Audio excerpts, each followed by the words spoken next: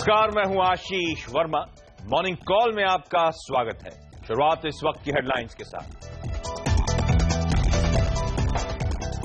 Rail budget का पूरे देश को इंतजार। 12 बजे रेल मंत्री सुरेश प्रभु संसद में पेश करेंगे अपना दूसरा रेल बजट। माल भाड़े और यात्री किराए में बढ़ोतरी पर सभी की नजर। सीएनबीसी आवाज पर रेल बजट की सबसे बड़ी कवरेज। बजट की बारीकियां समझाएंगे रेलवे एक्सपर्ट्स और शेयरों में कमाई के मौके बताएंगे बाजार के दिग्गज। अमेरिकी बाजार में दिखी रिकवरी। डाउ जोन्स 50 पॉइंट चढ़कर बंद, नैस्डैक 1% ऊपर। एशिया में भी तेजी, एसजीएक्स निफ्टी करीब 0.25% ऊपर। फरवरी वायदा सीरीज की एक्सपायरी आज। सीएनबीसी आवाज पोल के मुताबिक 40% जानकारों का अनुमान 7,050 से 7,100 के बीच हो सकती है एक्सपायरी। आज चढ़ सकता है रिलायंस पावर का शेयर। इलेक्ट्रिसिटी रेगुलेटर सीईआरसी ने रिलायंस पावर को फिर दरें बढ़ाने की इजाजत दी। और कैशलेस लेन देन को बढ़ावा देने की सरकार की कोशिश तेज। कैबिनेट ने कार्ड और डिजिटल पेमेंट में सरचार्ज, सर्विस चार्ज और कन्वेंस फी हटाई। और आज रेल बजट पेश होगा। ये देखना होगा कि रेल मंत्री सुरेश प्रभु देश के करोड़ों रेल यात्रियों की उम्मीदों पर कितना खरा उतरते हैं और वो रेलवे को पटरी पर लाने के लिए क्या करेंगे।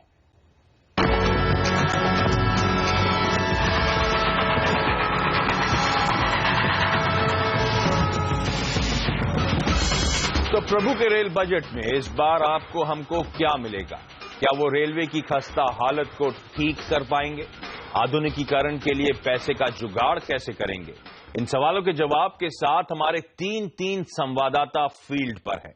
दीपाली नंदा से बात करेंगे कि सुरेश प्रभु क्या क्या घोषणाएं कर सकते हैं, और पब्लिक का मूड जानेंगे रोहन सिंह और राधिका कुमार से।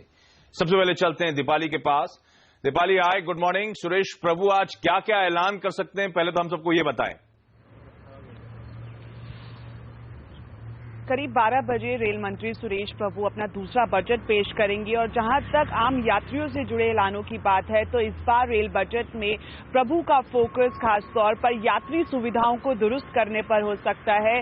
खासतौर पर अगर हम खाने पीने की व्यवस्था की बात करें, साफ सफाई या महिलाओं की सुरक्षा की बात करें, तो इन तमाम चीजों को लेकर एक नया एक्शन प्लान रेल मंत्री सुरेश प्रभु आज अपने बजट में ऐलान कर सकते हैं। साथ ही इसके अलावा अगर हम ट्रेनों की बात करें तो किसी भी नई ट्रेन के चलने के आसार काफी कम है, लेकिन सूत्र ये बता रहे हैं कि जो कोचेस की संख्या है उसे 24 से बढ़ाकर 26 किया जा सकता है।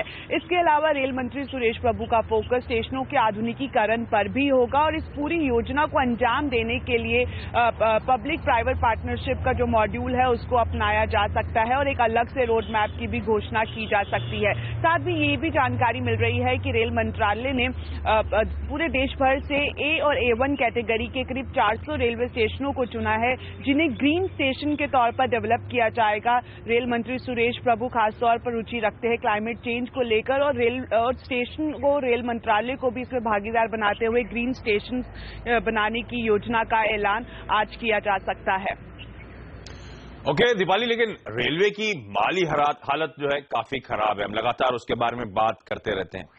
पैसे जुटाने की क्या योजना है? क्या सिर्फ किराया बढ़ाने से काम चल जाएगा?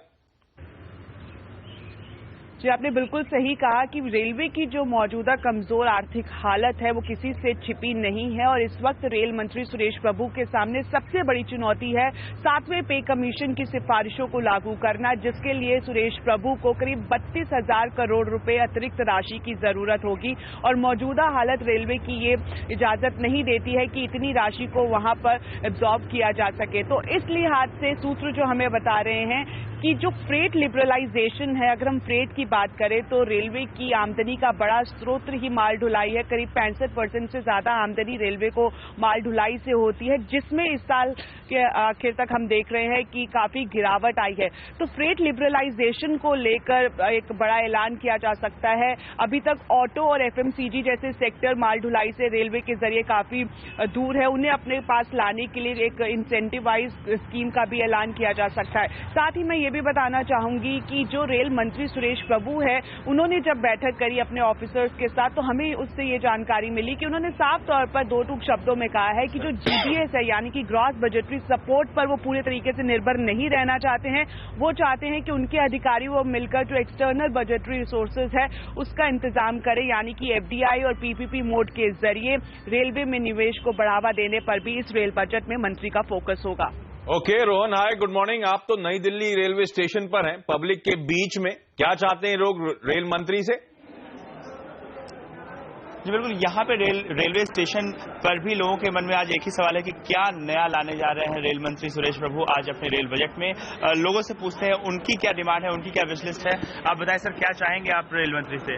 सर, हम एक्सपेक्ट करते हैं कि ज्यादा से ज्यादा शताब्दी ट्रेनें चलनी चाहिए, सो दैट ज्यादा से ज्यादा लोग ट्रैवल कर सके, ज्यादा ट्रैवल कर सके। जैसे हमको मतलब क्या है कि जनरल कोचों की, महिलाओं के कोचों में साफ सफाई व्यवस्था होनी चाहिए और पुरुषों के इसमें भी यही चाहेंगे। आप सर क्या कहेंगे इस बारे में? First and foremost it's the security concern. They should introduce something so that their females would feel safe and in the trains as well as at the platform. तो महिलाओं से ही बात करते हैं कि महिलाएं क्या चाहती है इस रेल बजट से। मैडम, महिलाओं की क्या उम्मीद है इस बार रेल बजट से? मैं तो यही कहना चाहूंगी कि फूड की क्वालिटी बेटर करे, क्योंकि फूड बिल्कुल भी अच्छा नहीं मिलता ट्रेन में, और सेफ्टी पॉइंट भी मतलब लेडीज के लिए अच्छा होना चाहिए और बेटर होना चाहिए। सर, आप मेन तो सेफ्टी और साफ सफाई के लिए मेन ध्यान देना चाहिए। सर, आपकी कोई डिमांड? मेरे की फैसिलिटीज जो है वो इम्प्रूव होनी चाहिए, क्योंकि डे बाई डे फैसिलिटीज जो है डाउन होती जा रही हैं as compared to the earlier. तो यहाँ पे हर किसी का यही कहना है कि रेल मंत्री इस बार सुविधाएं बढ़ाएं, साफ सफाई का ज्यादा ख्याल रखा जाए रेलवे में, और साथ ही जो ट्रेनों की संख्या है वो भी बढ़ाई जाए। जी आशीष। बिल्कुल, बेसिक्स पे फोकस है, साफ सफाई, सेफ्टी, खाना पीना, ट्रेन ज्यादा चलें, बस यही मांग है हम सबकी प्रभु जी से। लेकिन राधिका, आप तो मुंबई में है, जहां पे लोकल्स लाइफ लाइन कही जाती हैं, लेकिन है एकदम इस समय खस्ता हाल। आपके साथ जो लोग हैं वो क्या चाहते हैं प्रभु जी से? आशीष, देखिए, आज देश भर की निगाह सिर्फ रेल बजट पर ही है, और यहाँ आए यात्रियों को की भी काफी एक्सपेक्टेशंस है और डिमांड्स है रेल बजट को लेकर। तो आइए सीधा उनसे बात करते हैं। सिंह जी, बताइए क्या एक्सपेक्टेशन है आपकी रेल बजट से? मुझे तो प्रभु जी से पहला निवेदन है कि रेलवे को वो बिजनेस न बनाए। सरकार का काम है कि पब्लिक को एक स्थान से दूसरे स्थान तक सुविधा पूर्वक पहुंचाने की कोशिश करें। ये प्रीमियम ट्रेन चला रहे हैं, वो गरीब के लिए है क्या? जो AC कोच बढ़ाए जा रहे हैं वो गरीब के लिए है क्या? पहले तो गरीबों के ऊपर ध्यान दें। और दूसरी चीज क्या है, ये जो दलाल घूमते हैं टिकट काउंटर पे, CC कैमरे तो लगा दिए गए हैं, लेकिन मुझे लगता है कि कभी भी कोई अधिकारी उसको देखता नहीं है। मैं 2 दिन गया था टिकट निकालने के चक्कर में, मैं पकड़ लिया कि कौन कौन से दलाल यहाँ घूमते हैं।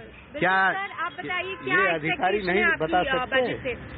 ऐसे सबसे बड़ी दिक्कत यहाँ पर टाइमिंग की हो रही है, जो कि टाइमिंग की वजह से ट्रेनें सही समय से नहीं चलती और रश ज्यादा होता है। उसकी वजह से भीड़ ज्यादा होने की वजह से एक्सीडेंट भी बहुत ज्यादा हो रहा है लोकल ट्रेन से।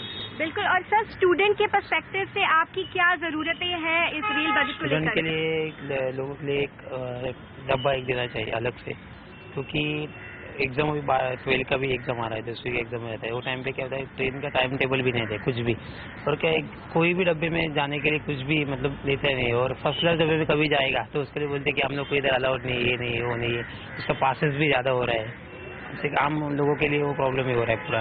तो आशीष, जैसे कि आपने देखा कि काफी सारी उम्मीदें यहाँ मुंबईकर्स की भी बजट से टिकी है, और देखना है आज क्या निकलेगा बजट में उनके लिए। बिल्कुल, हम सब किन लिए वेट कर रहे हैं। प्रभु साहब 12 बजे क्या बोलते हैं, किस हद तक हमारी मांगे पूरी होती हैं। लेकिन आप तीनों का ही सुबह सुबह हमारे साथ जुड़ने के लिए बहुत बहुत धन्यवाद।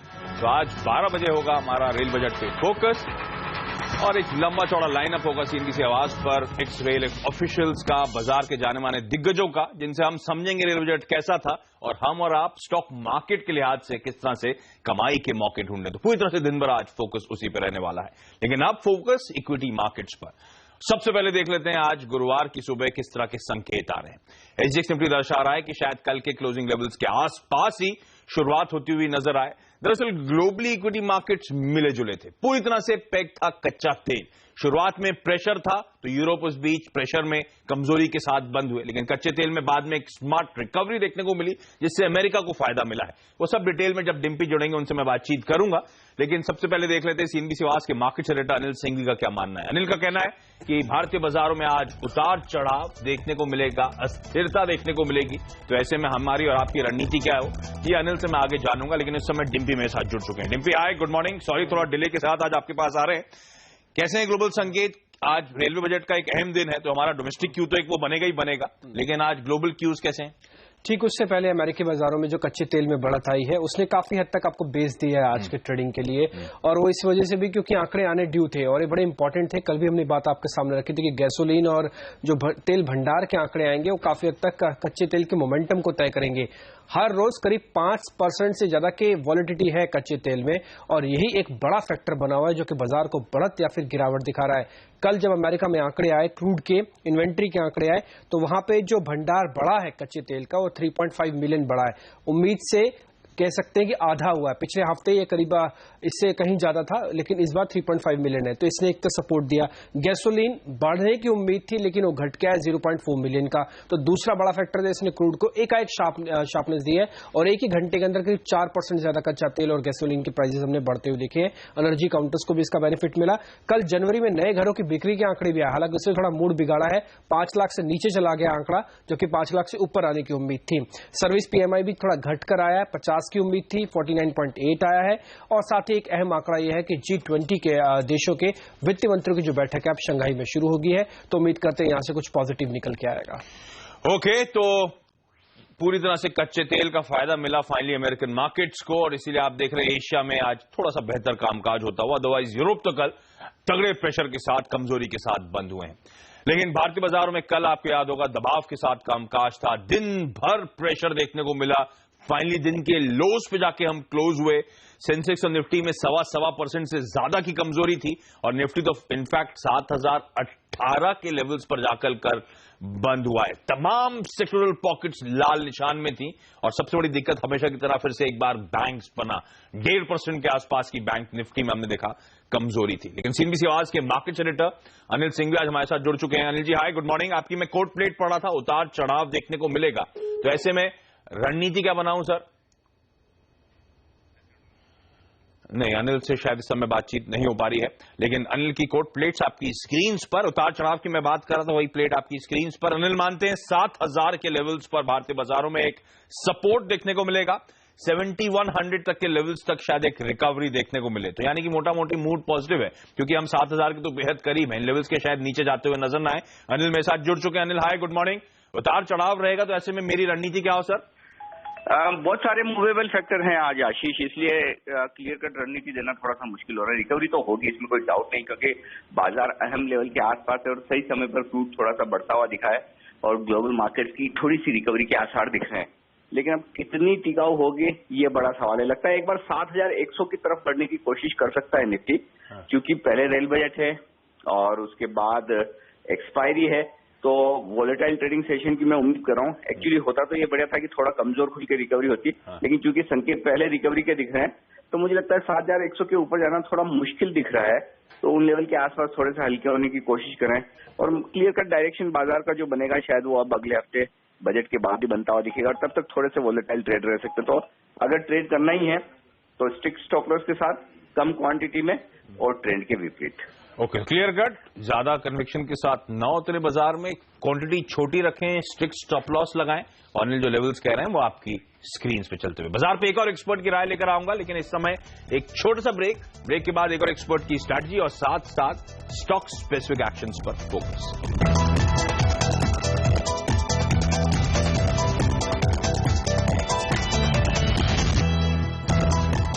ब्रेक के बाद आपका स्वागत है, और एज प्रॉमिस निफ्टी पे एक और एक्सपर्ट हमारे साथ जुड़ चुके हैं। हमारे साथ हैं हेम सिक्योरिटीज के मनोज सचदेव। मनोज जी हाय, गुड मॉर्निंग। एक इंपॉर्टेंट दिन भारतीय बाजारों के लिहाज से, कैसे ट्रेड करूं निफ्टी को आज सर?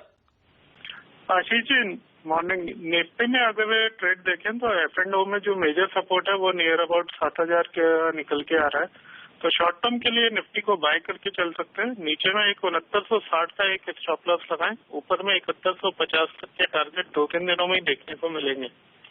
ओके, इसके अलावा कोई स्टॉक्स प्लीज जो रणनीति आप सुझा रहे हो? जी हाँ, मेरा पहला स्टॉक होगा वोल्टास का।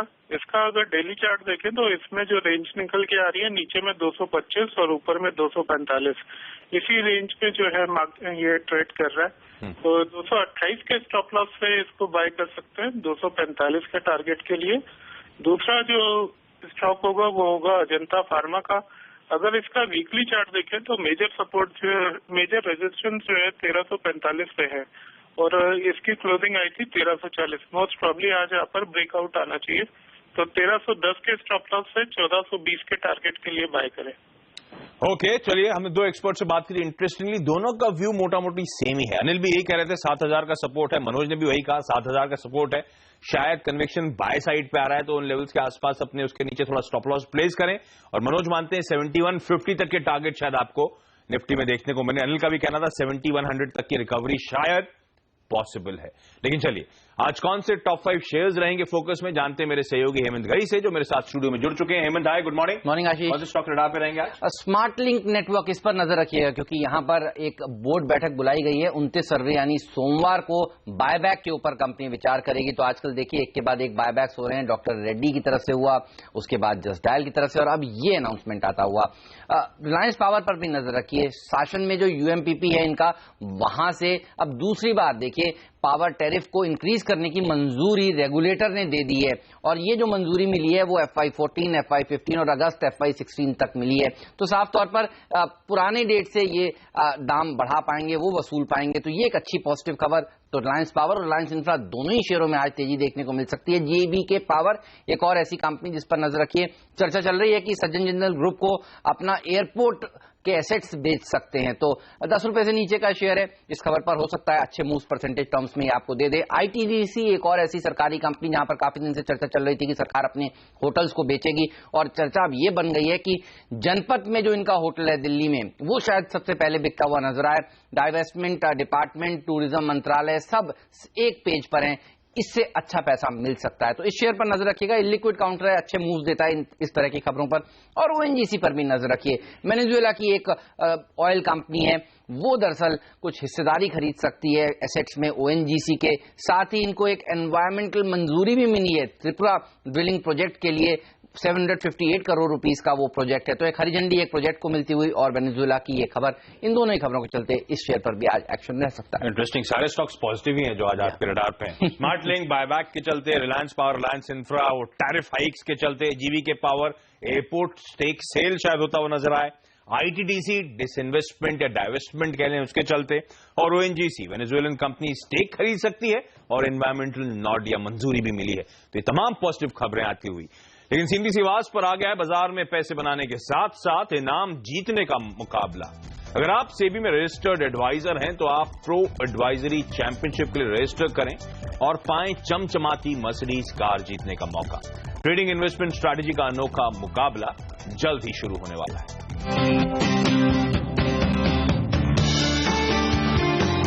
सेबी में रजिस्टर्ड इन्वेस्टमेंट एडवाइजर्स और रिसर्च एनालिस्ट के लिए आ रहा है शानदार मौका, प्रो एडवाइजरी चैंपियनशिप यानी PAC।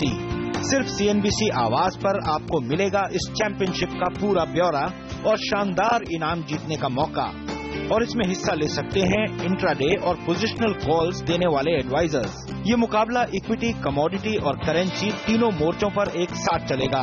तीनों में अपने अपने मुकाबले होंगे और हर रोज सबसे जबरदस्त कॉल देने वाले एडवाइजर्स को मिलेंगे शानदार प्राइज यानी 10-10 ग्राम सोना। और हर कैटेगरी में चैंपियनशिप जीतने वाले को मिलेगी चमचमाती मर्सिडीज कार।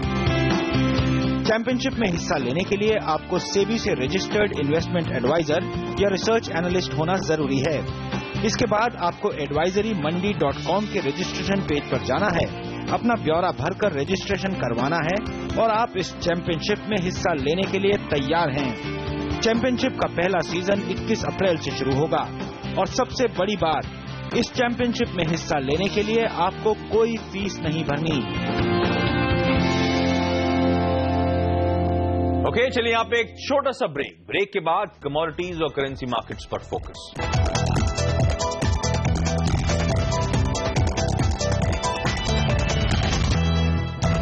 ब्रेक के बाद आपका स्वागत है और आप फोकस कमोडिटी मार्केट्स पर। कच्चे तेल में कल हमने एक तगड़ा उतार चढ़ाव आता हुआ देखा। अंग्रेजी में कहते हैं सी सॉ राइट, बिल्कुल वैसे ही हुआ था। कल शुरुआत में प्रेशर आया जब अमेरिका के इन्वेंट्री डेटा आया, जिसमें एक तगड़ा उछाल था। अपने पीक लेवल्स पे अमेरिका में इन्वेंट्री पहुंचती हुई नजर आई तो प्रेशर बना। उसके बाद खबरें आई कि अमेरिका में जो गैसोलीन की डिमांड है पिछले 4 हफ्तों में 5% साल दर साल का उछाल देखने को मिला। तो लोअर लेवल से इक्वली स्मार्ट रिकवरी कच्चे तेल में आई है। लेकिन रणनीति आज क्या हो, कार्वी कॉर्पोरेट के हिमांशु गुप्ता हमारे साथ जोड़ रहे हैं। हिमांशु जी, क्या करना चाहिए कच्चे तेल में कल के उतार चढ़ाव के सेशन के बाद? Good morning Ashish ji. जी मेरा मानना है कि क्रूड ऑयल में आज के सेशन में निचले लेवल्स पे खरीदारी की ही सलाह रहेगी। 2170 के आसपास बाइंग बनाई जा सकती है। 2220 का टारगेट इंट्राडे के लिए रहेगा और 2130 के नीचे का स्टॉप लॉस मेंटेन रख सकते हैं। ओके, और गोल्ड में सर? देखिए, सभी ओवरऑल कमोडिटीज में ओवरऑल वोलेटिलिटी बहुत ज्यादा बढ़ गई है। क्रूड ऑयल में अमूमन हम देख रहे हैं कि 5% का गेन या 5% के लॉसेज देखने को मिल रहे हैं। उसी तरह से गोल्ड में भी 1% की तेजी या 1% की गिरावट देखने को मिल रही है। लेकिन जिस तरह से कल हायर लेवल्स पे गोल्ड सस्टेन करने में कामयाब नहीं रहा और 1240-1250 डॉलर से ऊपर क्लोजिंग नहीं दे पाया, तो मेरा मानना है कि आज के सेशन में ऊपरी लेवल पे बिकवाली करने की सलाह रहेगी और 29,600 पर सेल पोजीशन इनिशिएट किया जा सकता है 29,300 के टारगेट के लिए और 29,760 के ऊपर का स्टॉप लॉस मेंटेन रख सकते हैं। ओके, तो कच्चे तेल में खरीदारी, सोने में बिकवाली, लेवल्स आपकी स्क्रीन पर। सर, सुबह वक्त निकालने के लिए आपका बहुत बहुत धन्यवाद। क्विकली एक बार फाइनली एसेक्स निफ्टी देख लीजिए, एकदम सपाट ओपनिंग इंडिकेशंस और अब तो हल्के लाल निशान में स्लिप होता हुआ। लेकिन दोनों एक्सपर्ट्स अनिल और मनोज से हमने बात करी शो के दौरान, दोनों का मानना है कि 7,000 के नीचे शायद स्लिप ना हो। क्वांटिटी ज्यादा ना लें लेकिन शायद खरीदारी करने के मौके हैं। मनोज तो मानते हैं 7150 तक के टारगेट शायद आपको देखने को मिले। लेकिन चलिए, मॉर्निंग कॉल में आज के लिए इतना ही। यहाँ पे वक्त तो चला एक छोटे से ब्रेक का। ब्रेक के बाद हेमंत और डिम्पी लेकर आएंगे आपके लिए आज का स्टॉक 2020। नमस्कार।